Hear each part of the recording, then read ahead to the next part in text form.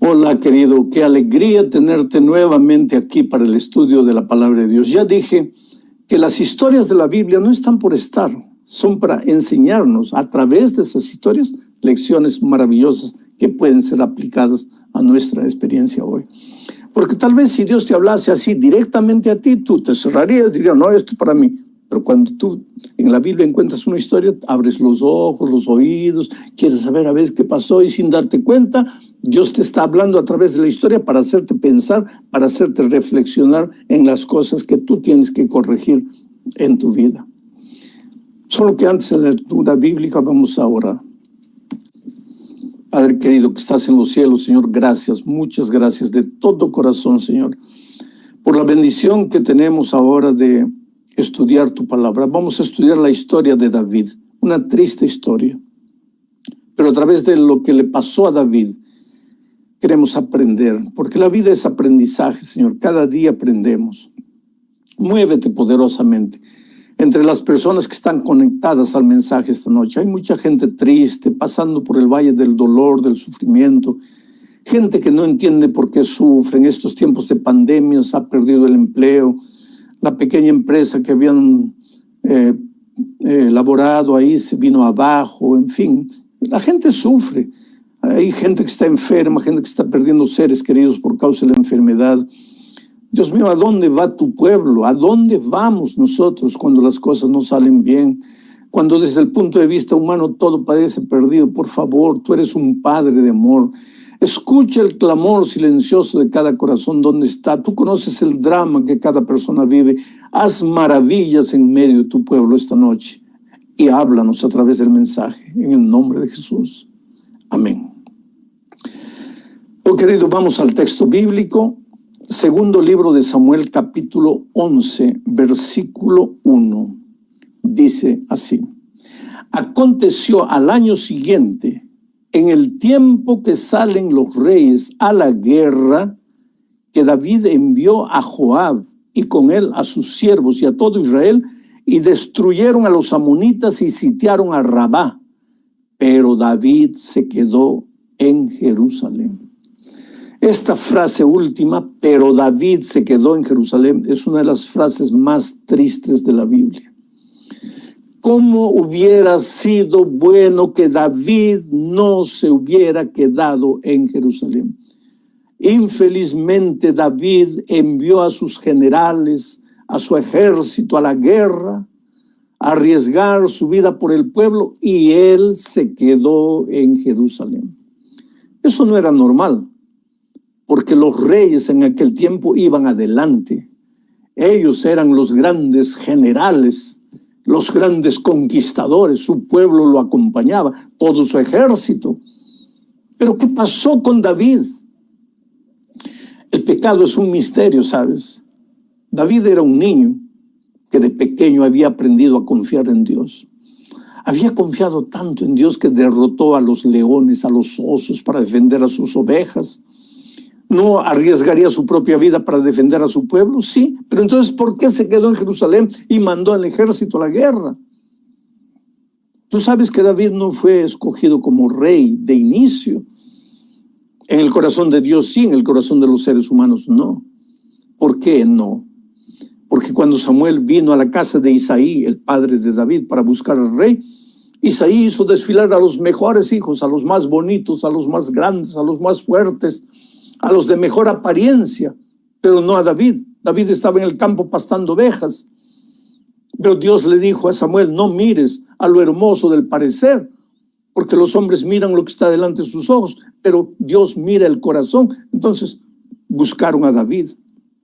David, un chico, un muchachito jovencito, con una experiencia de comunión profunda con Dios, fue nombrado el rey de Israel. Y tú conoces la historia del rey, no fue fácil, porque Saúl no quiso entregar el gobierno, Saúl lo persiguió. David tuvo que huir por las montañas, por los valles, por los abismos, por las cuevas, pero había sido llamado para ser el rey y no desanimó, no desmayó.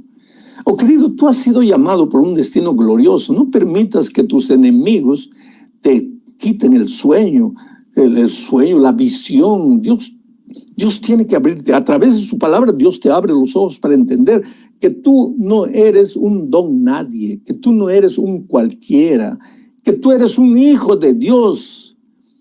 Sí, pastor, pero estoy en las drogas. No interesa dónde estés, querido. Tú eres un hijo de Dios. Y aunque el diablo usó la droga, la bebida, la promiscuidad para arruinar momentáneamente tu vida, tú continúas siendo un hijo de Dios. Levanta la cabeza, confía en Dios. David fue nombrado finalmente rey. Un rey bueno, un rey cuyo corazón era de Dios. Su vida había sido toda una vida de comunión con Dios. Por eso Dios le dio grandes victorias. Ahora, con ese contexto, leo de nuevo el texto. Aconteció el año siguiente. ¿El año siguiente de qué? Pues para saber cuál era el año siguiente tendríamos que leer el capítulo 10, porque yo estoy leyendo el 11. Y en el capítulo 10 tú verías las grandes victorias de Israel sobre los amonitas y sobre los sirios, dirigidas esas batallas por el propio David. Pero al año siguiente, ¿qué pasó? Pues David se durmió en los laureles. Porque David pensó así: si Dios nos ha dado la victoria en el pasado, nos va a seguir dando la victoria. Sí, querido, el Dios que te ha dado victorias en el pasado quiere continuar dándote victorias en el futuro, pero tú tienes que permanentemente estar dependiendo de Dios. Tienes que agarrarte de la mano del Todopoderoso. Solo puedes mirar al presente y al futuro sin miedo cuando estás permanentemente dependiendo de Dios. No tienes que tener miedo del presente ni del futuro, porque el Dios que te condujo en el pasado te conducirá ahora y mañana. Pero para eso necesitas depender de Dios. Pero por algún motivo, pues David se olvidó de Dios. O cayó en el formalismo, en la mediocridad espiritual. Bueno, Dios, sí, Dios, ahí está Dios. Pero dejó de vivir una vida de comunión con Él. Ahora el texto dice: aconteció al año siguiente, querido. El año pasado, ¿te acuerdas? Todo era maravilloso. ¿Qué planos estabas haciendo? Yo mismo con mi esposa estamos cumpliendo 50 años de matrimonio. Queríamos hacer un viaje ahí, pues un viaje para celebrar nuestras bodas de oro. ¿Dónde están nuestros planes? Todo se fue agua abajo. ¿Por qué? Porque los seres humanos hacemos planes. Pero no. Al año siguiente eso le pertenece a Dios. Y al año siguiente pueden suceder cosas que no estaban previstas. Por eso la Biblia enfatiza: hoy es el día de buena nueva. Hoy es el día de decisión. No te duermas en los laureles. No te duermas en las bendiciones pasadas. Aprende a depender cada día de Dios. Mira, hoy día las puertas están cerradas, hoy día los negocios están fracasados. Hay un país sudamericano, que no voy a dar el nombre, que tenía 5,800 hoteles, y cuando se abrieron las puertas de la cuarentena, solamente 3,000 pudieron abrir las puertas porque el resto había fracasado. Restaurantes, aquí en Brasilia teníamos tantos restaurantes. Cuando se abrió la cuarentena, mitad de los restaurantes había fracasado.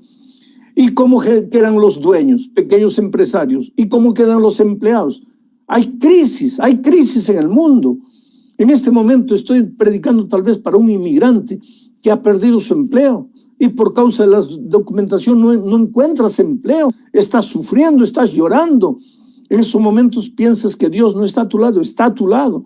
Pero querido, lo que quiero decirte es el hecho de que nos ha ido bien en el pasado no quiere decir que nos va a seguir yendo bien en el futuro, a no ser que aprendas a depender de Dios, a no ser que tu comunión con Dios en el pasado continúe siendo tu comunión hoy y en el futuro. Pero con David no sucedió así. Aconteció que al año siguiente, en el tiempo que los reyes iban a la guerra, es que en esos tiempos se vivía la cultura de la guerra, así como hoy se vive la cultura de la búsqueda de la paz.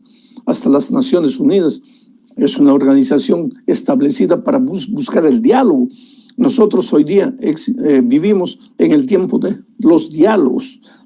Hay que dialogar, la democracia, intercambiar opiniones. Nuestra cultura es diferente, pero en esos tiempos era la cultura de la guerra. ¿No te gustaba algo? Salías a la guerra, conquistabas. y los soldados vencidos eran esclavos, servidores del ejército vencedor, se apoderaban de las tierras, usaban los esclavos para sembrar las tierras. Era la cultura completamente diferente. Solo que asimismo, en esos tiempos, los reyes no iban a la guerra en cualquier tiempo, sino en el tiempo de la guerra. ¿Por qué? Nadie era loco de ir a la guerra en el pleno invierno. Hoy día tal vez sí. Hoy día hasta se preferiría el invierno para sorprender al enemigo, porque la tecnología ha avanzado. Hay uniformes con pluma de ganso, hay maneras de calentar al soldado para que no se congele en la guerra. Pero en esos tiempos no había nada. Entonces los reyes iban a la guerra en el tiempo de la guerra, o sea, con el buen clima. Y Israel también fue, solo que David se quedó en Jerusalén. ¿Y se quedó haciendo qué? Te voy a leer el texto. Mira lo que dice el capítulo 11, versículo 2. Y sucedió un día, pues que así son las cosas, querido. Hasta ese momento la vida de David había sido una vida de perfección. Había andado en los caminos de Dios. Había seguido las instrucciones divinas. Pero sucedió un día. Por eso Pablo dice, aquel que piensa estar firme, cuidado, cuidado, porque un día puede caer. Sucedió un día. A veces hay muchachos que les gusta esos deportes radicales de extremo peligro. Yo siempre digo, perdónenme, queridos, yo soy un viejo que ya ha vivido. Entonces, antes de dar un paso, yo pienso 2 veces. Entonces, ¿para qué voy a arriesgar mi vida? Sí, pero no pasa nada, pero sucede un día. No, pero un día, querido, la Biblia está clara aquí, sucedió un día. No fue siempre, no fue todos los días. Cuando tú piensas que nada va a pasar, ahí pasa. Por eso los accidentes se llaman accidentes. Ahora, que el accidente suceda contra mi voluntad, todo bien, pero que el accidente suceda porque yo lo busqué, pues hay que ser prudente, hay que pedirle sabiduría a Dios para saber vivir. Entonces sucedió un día, pero la adrenalina, cuidado querido, no es con gasolina que con adrenalina vas a vivir. Vives con sabiduría, la sabiduría divina, no la adrenalina humana. Hay muchas maneras de invertir tus fuerzas, hasta en deportes sanos, donde tu vida no corre peligro, pero ahí también puede suceder un peligro, pero no lo buscaste, no fuiste, no lo llamaste. Accidentes suceden con cualquiera, conmigo, contigo, con cualquiera, por más que dependas de Dios, porque vivimos en un mundo de dolor. Al caer de la tarde, que se levantó David de su lecho y se paseaba sobre el terrazo de la casa real. Ahora, si el texto dijese, y sucedió un día, al amanecer el día, al rayar del alba, que David se levantó, me gustaría. Pero el texto dice, y sucedió un día que al caer de la tarde, se levantó David. Al caer de la tarde, 5 o 6 de la tarde, esa es hora para levantarse. ¿Qué había hecho durante el día? Había dormido. ¿El día es para dormir? No, querido. ¿Por qué tú crees que el sol sale de día? Porque es para trabajar. ¿Y por qué el sol se oculta de noche? Porque es para dormir. Pero hay seres humanos que invierten el día por la noche. Duermen de día, viven de noche. Y ahí te colocas. Hay un dictado, un viejito pastor me decía mucho, hijo, termina tus reuniones evangelísticas, termina las juntas, todo lo que tú quieras, hasta las 10 de la noche, porque después de las 11 anda el diablo suelto. Y eso es verdad, querido. Eso es verdad. La noche tiene sus ciudadanos especiales, buscadores de placer, buscadores de pecado, buscadores de cosas cerradas. Ahora, si trabajas de vigilante toda la noche, pues que Dios te cuide, Él te va a cuidar y te va a proteger, porque tú no estás vagando en la noche. Duermes de día y trabajas de noche porque tienes que hacerlo, pero no porque andas desperdiciando el tiempo. Pero pues David, al caer del día, recién se levantaba y se puso a pasear en el terrazo del palacio, de un lado para otro, mirando los pajaritos, mirando las mariposas, sin hacer nada, sin pensar. Si por lo menos dijera aquí, al caer de la tarde se levantó y se arrodilló y buscó a Dios, pero no. Se levantó para pasear por encima de su terrazo. Mente vacía, mente ociosa. Y hay otro dicho que dice, la mente ociosa es taller del diablo. Te voy a explicar esto con una ilustración. El diablo un día decide, no voy a tentar más a los seres humanos. Esto de estar tentando, destruyendo la vida, no, ya basta, ya me cansé. Prometo que no voy a tentar más al ser humano. Y entonces pasa un día, pasó 2 días, pasa 3 días y él cumple su palabra. No va a tentar más al ser humano. Pero cuando un día encuentra a un ocioso, con la mente ociosa, sin hacer nada, vagando en el internet, de aquí para allá, porque una cosa es investigar en el internet. Cuando tú agarras el internet para buscar un tema, para buscar una materia para sus estudios, una información, lo que quieras. Otra cosa es vagar, vas de aquí para allá. Dice, ¿qué estás haciendo? Estoy navegando. No estás navegando, estás flotando, llevándote por los vientos de aquí para allá. Pero cuando el diablo encuentra una mente así, ociosa, vacía, que no está haciendo nada, el diablo que prometió a sí mismo, no voy a tentar más al ser humano, no puede. Ahí se ve tentado. El pobre diablo se ve tentado a tentar. Y después dice, no, pero he prometido que no voy a tentar más. He prometido, pero no puede. No resiste, el diablo no resiste a la tentación de no tentar a alguien que está con la mente ociosa. Y ahí David pues cayó, porque el diablo no pudo resistir la tentación. El diablo vino con todo. Usó un instrumento, porque de repente David vio en el patio del vecino a una mujer hermosa, dice el texto. Sucedió un día que al caer la tarde que se levantó David de su lecho y se paseaba sobre el terrazo de la casa real y vio desde el terrado a una mujer que se estaba bañando, la cual era muy hermosa. ¿Y por qué no quitó los ojos y se fue al cuarto a orar, a clamar a Dios? No, pues ahí entra el asunto. Tú no puedes jugar con tu naturaleza pecaminosa. Hasta el más santo de los santos seres humanos, pues va a haber una mujer desnuda y no va a sentir nada. Un día encontré un hermanito que pensaba que la perfección era posible ser alcanzada en esta tierra, la perfección de Jesucristo. Y yo le hice esa pregunta, ¿y tú no sientes nada cuando ves a una mujer desnuda? No, pastor, yo, gracias a Dios, ya llegué a ese punto, ya no siento nada. Oh, querido, si no sientes nada, ve al médico, estás enfermo. Porque si eres un ser humano normal, ¿cómo no vas a sentir? Entonces, huye de la tentación, retírate del árbol, ¿para qué estás ahí? ¿Qué quieres ser fiel a Dios en medio de la tentación? Pero David se quedó mirando, se enamoró de la mujer. Ahora, él tenía poder, era el rey, mandó un mensajero, mandó traer a la mujer. ¿Qué mujer se atrevería a decirle no al rey? Ella podría haber dicho, pero tampoco, pues, ella también se vio tentada. ¿Qué mujer es llamada por el rey? Ese es un privilegio único. Quiere decir, David usó mal su poder, el poder que Dios le había dado para gobernar al pueblo, para conducir al pueblo a la felicidad, fue usada mal. Ese poder fue usado mal por David. Se acostó con la mujer. Al poco tiempo le llegó la noticia. David, estoy embarazada. Estoy esperando un hijo. Ahora, ¿cómo explicar a Urías, el esposo de Betsabé? Porque Urías era un general, estaba en el campo de batalla, arriesgando la vida por el pueblo, mientras el rey estaba durmiendo, mientras el rey estaba paseando en el terrado de la casa sin hacer nada, mientras el rey estaba observando a la mujer, Urías estaba dando su vida en el campo de batalla. ¿Cómo podría informársele a Urías que su esposa estaba embarazada si él hace meses estaba en el campo de batalla?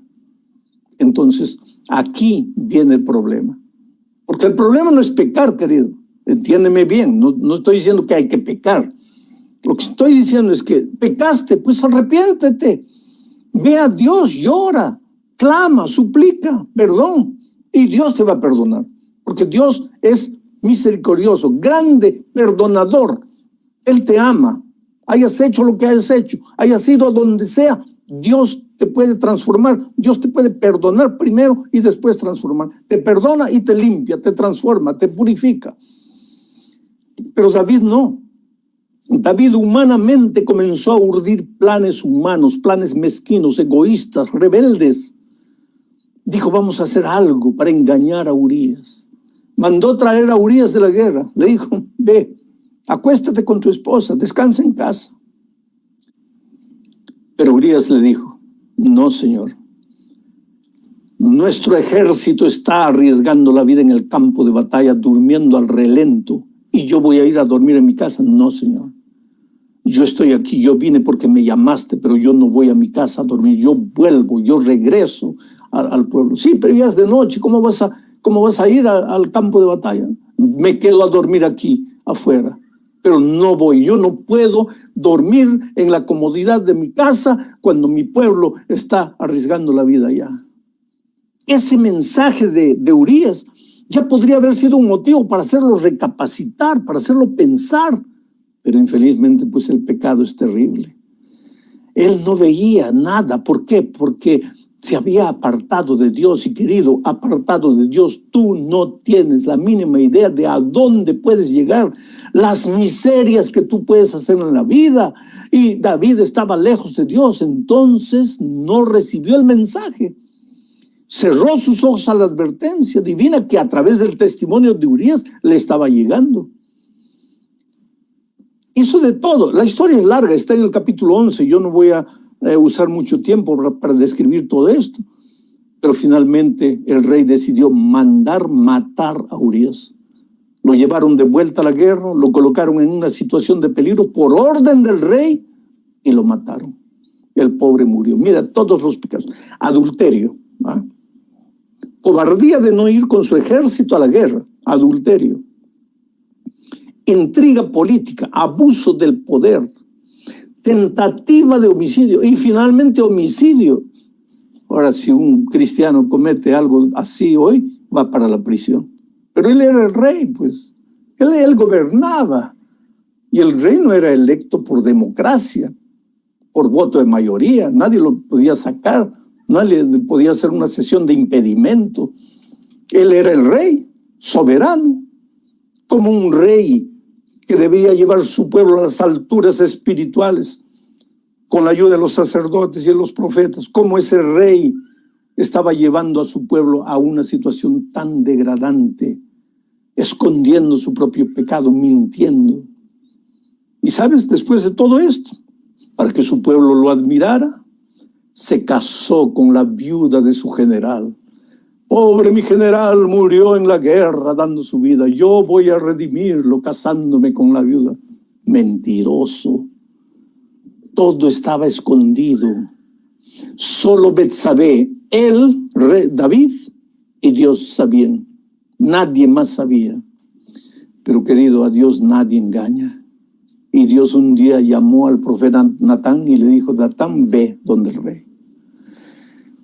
Pero ve con inteligencia, con sabiduría. No le digas, tú eres un pecador, tú has cometido adulterio, tú has cometido asesinato, porque si no, él te va a mandar matar.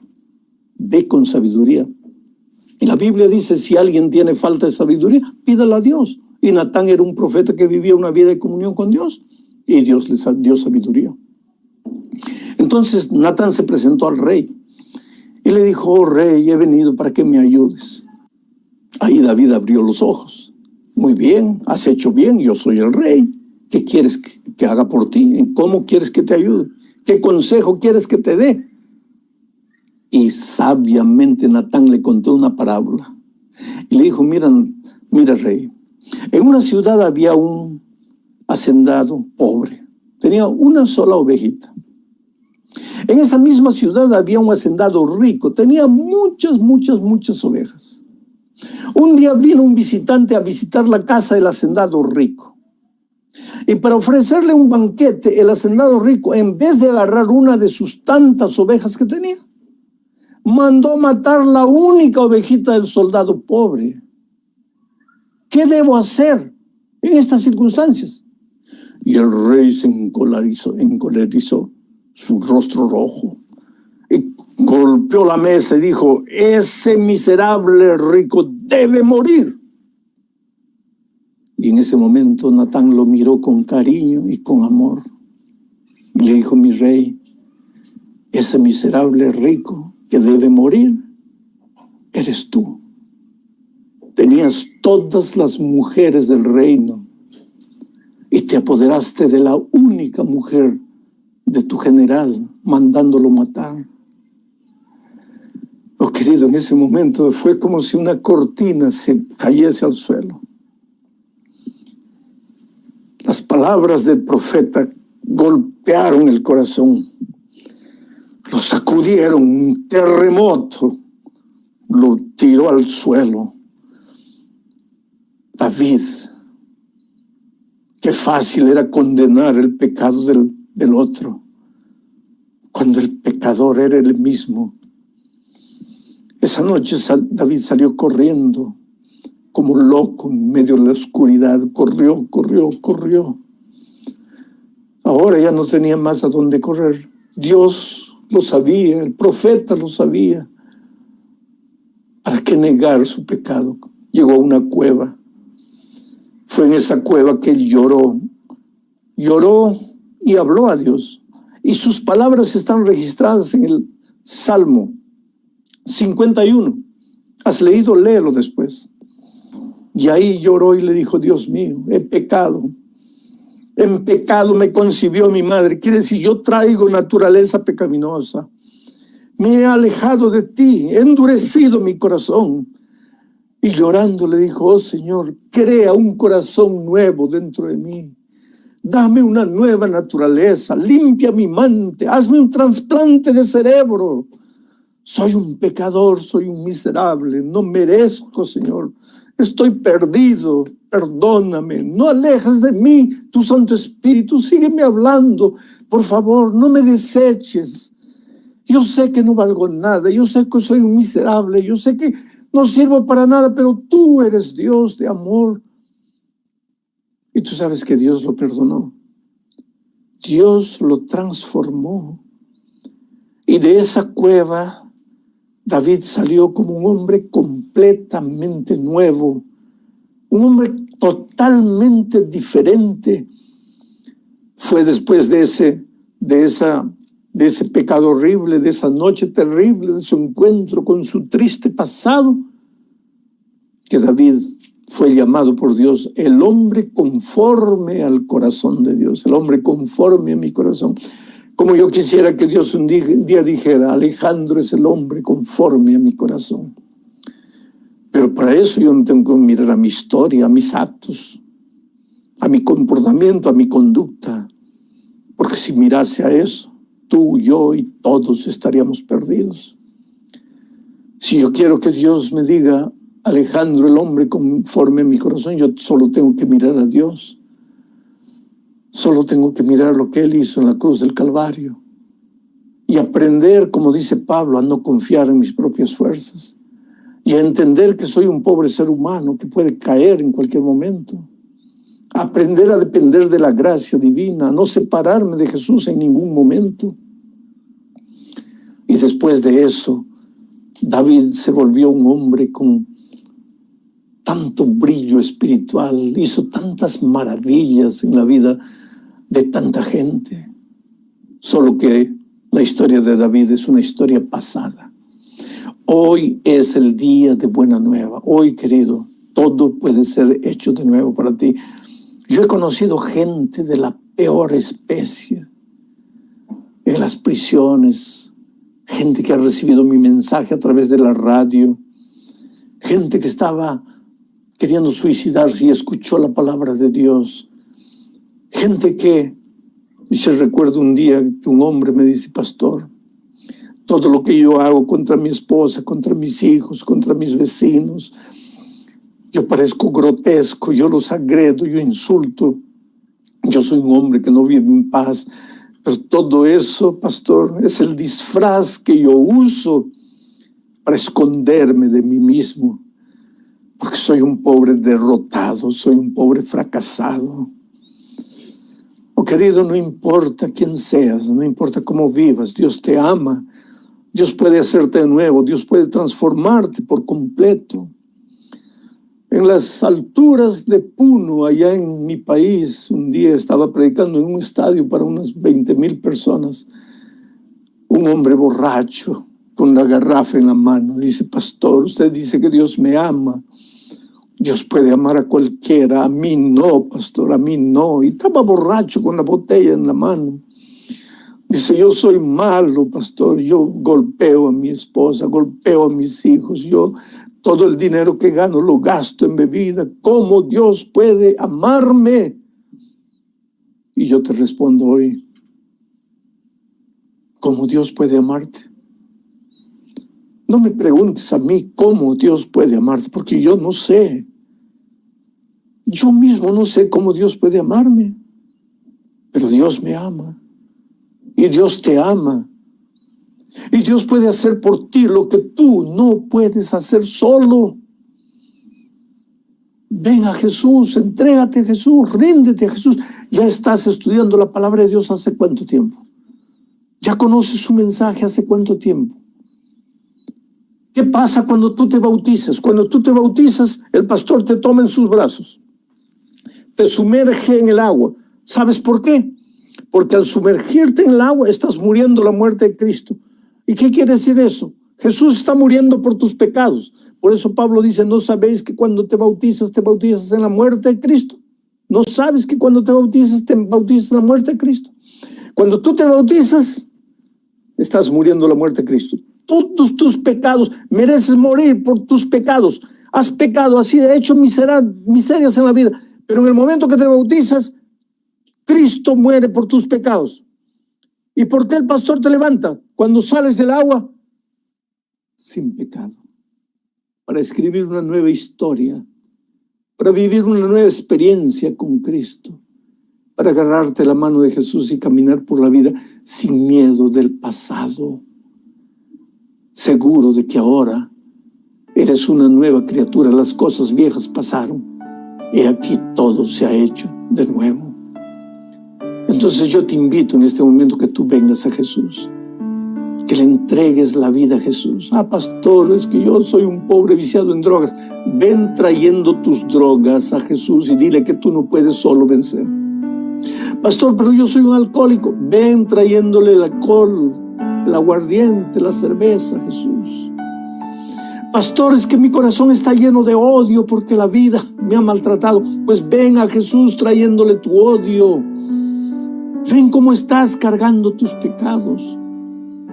No quieras tú solito vencer, dejar, abandonar para venir a Jesús después. No.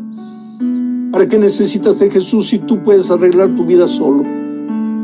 Tú necesitas de Jesús porque tú solo no puedes. Tú eres barro. Tú cargas naturaleza pecaminosa. Desde el vientre de tu madre, tú ya traías la naturaleza de maldad. Solo Jesús puede cambiarte, transformarte, hacerte un nuevo hombre, una nueva mujer. Es por eso que te digo, ven a Jesús. Él te ama. ¿Qué palabras humanas puedo usar para hacerte entender que Él te ama? Este es el momento de tu decisión. Yo voy a hacer una oración por ti. Pero mientras estoy orando, mira el teléfono que está inscrito en la pantalla, la dirección electrónica, manifiesta tu decisión. Y si estás acompañado de un amigo que ya conoce la palabra de Dios, dile a él que quieres bautizarte, que quieres entregarte a Jesús, que quieres rendirte a Él. Oh Padre querido, gracias Señor por tu palabra en este momento.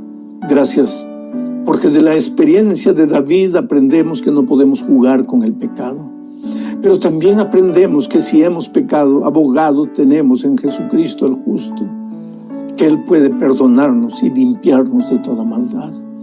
Oh Señor, haz milagros en este momento. Gente que está tomando su decisión, gente que está dudando, que tu Espíritu los convenza que tomen la decisión.